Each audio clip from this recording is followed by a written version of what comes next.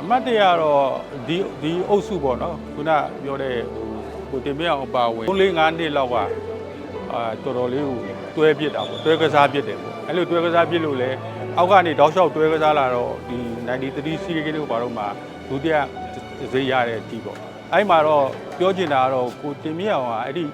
93 94ရာသူ့ရဲ့ peak form ဆိုတာသူ့ရဲ့အကောင်ဆုံးဖင်ဒီတိုင်းပဲကွင်းထဲမှာကြောက်ပူတော်ကောင်းနေတယ်ဖင်ဒီလိုပဲဖင်ဒီကဟာတွေပါလာတာပြီးတော့သူနောက်ဆုံးပြောရရင်စကယ်ကင်းကစားတာအစားသူအဲ့ဒီ93 94မှာသူအထဲထဲဝင်လိုက်ရတယ်ဆိုတာမရှိဘူးသူကတိုင်ပင်အရန်ကောင်းတဲ့ချိန်အဲ့တော့ကျွန်တော်အဲ့ဒါကြောင့်သူ့ရဲ့ peak form လို့ပြောတာပေါ့93 4ပေါ့အဲ့နိုင်ငံတကာပွဲတွေကစားတဲ့နေရာမှာတကယ် fighting spirit ကလည်းတကယ်ကောင်းတယ်ဘယ်လိုခေါ်မလဲဆိုတော့သူ့တက်တိလည်းတိတ်ကောင်းတယ်ဥပမာထိုင်းလန်တို့ဘာလို့လဲဆိုရင်ကျွန်တော်တို့က level ကစားနိုင်ခဲ့တယ်ဆိုတာကကျွန်တော်တို့ဒီအလေတန်းတွေမှာအထူးသဖြင့်တင်မြင့်အောင်တို့ရဲ့ fighting spirit လည်းပါတော့ไหลต่อมาทีครับโยไลเดนยิงลูกนี้เข้าไปแล้วครับโอ้ยลูกกระเด้งแล้วก็โยไลเดนยิงนะครับในนาทีที่4ครับลูกวิทูลอัตพลวิทูลทีครับวิทูลกวาดวิทูลยิงลูกนี้เข้าไปแล้วครับตีเสมอได้ကျွန်တော်စိတ်မကောင်းဆုံးမှတ်ရဆုံးပွဲကတော့ကျွန်တော်တို့93 final ပေါ့နော်ဟိုသူတို့ ਨੇ ကျွန်တော်သူတိတ်ကိုတိတ်ကစားနေတာသူတို့ကိုသွင်းနေကျွန်တော်တို့ကိုသွင်းနေသူတို့တော့ကိုသွင်းနေကျွန်တော်တော့မမြန်ဖြစ်တယ်အဲ့ဒီအချိန်မှာပြီးကနေကြမှာသာကျွန်တော်တို့ကဒီအချိန်ပိုကစားတော့မှာပေါ့နော်ဆိုတော့အဲ့တော့ပြည်ဖို့တော့နည်းနည်းအသေးရပြည်ဖို့ထွက်သွားရင်ကျွန်တော်တို့အနေနဲ့ကျွန်တော်တို့ဗမာသင်းဒိုင်းရတယ်ပေါ့နော်ဆိုတော့ကျွန်တော်တို့မတန်းတော့ညှိတော့ခဲကစားတာပေါ့အားခဲတော့ချ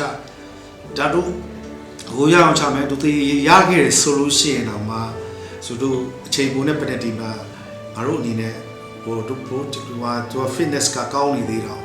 ဆိုတော့တို့အဆင်ပြေတယ်ပေါ့ဆိုတော့နိုင်တယ်ဆိုတော့အားခဲတာအဲ့ချိန်မှာပဲပြီးကန်ဒီမှာဂိုးတစ်လုံးပေးလိုက်ပြီးတော့ကျွန်တော်ဘောလုံးတော့ကောက်တဲတဲ့ချိန်ပွဲပြီးတော့ဆိုတော့ဒီဥစ္စာလေးကဒါ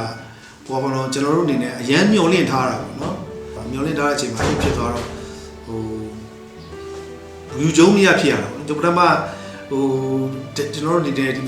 စီဂိမ်းမှာပထမဆုံးနေတဲ့ဒိုင်းကိုရောက်ရမှာဆိုကျွန်တော်အားလုံးကတတိတန်ချလာတာ final ပွဲမှာလေဘာလို့ဆိုအဲ့တုန်းကကျွန်တော်အသက်ကန့်သက်မရှိဘူး open ပွဲကိုဆိုတဲ့ခါကျတော့ဟိုဒီပွဲတွေဟာတော့ကျွန်တော်အမှတ်ရဆုံးဖြစ်ပါတယ်คณะกรรมการผู้ตัดสินลงไปကျွန်တော်တို့ဒီဘောလုံးလောကအတွက်ကတော့ဟိုဒါအစားထိုးမရနိုင်တဲ့ဆုံးရှုံးမှုတစ်ခုเนาะဘာကြောင့်လဲဆိုတော့သူကတစ်သက်လုံးဘောလုံးအတွက်ပေးဆက်ခဲ့ရတာပေါ့လေရင်ဘောလုံးသမားဘွားနားတဲ့အချိန်မှာလည်းနီးပြဆရာဘွားနဲ့အမျိုးသားတင်နီးပြချုပ်အမျိုးသမီးတင်နီးပြချုပ်နောက်တစ်ခါဘောလုံးဖွဲ့ချုပ်မှာလည်း technical director technical နောက်တစ်ခါနီးစနစ်ကော်မတီနောက်တစ်ခါ तू ကအဲ့ဒီစိတ်ကလည်းဘောလုံးဖွဲ့ချုပ်မှာရှိတဲ့သူ့ရဲ့တိုင်ရောစဉ်ပေါ့နော်အဲ့ဒီဟာကြီးကလည်း तू မဆုံးခင်အချိန်တည်းက तू အဲ့ဒါပဲတွေးနေတတ်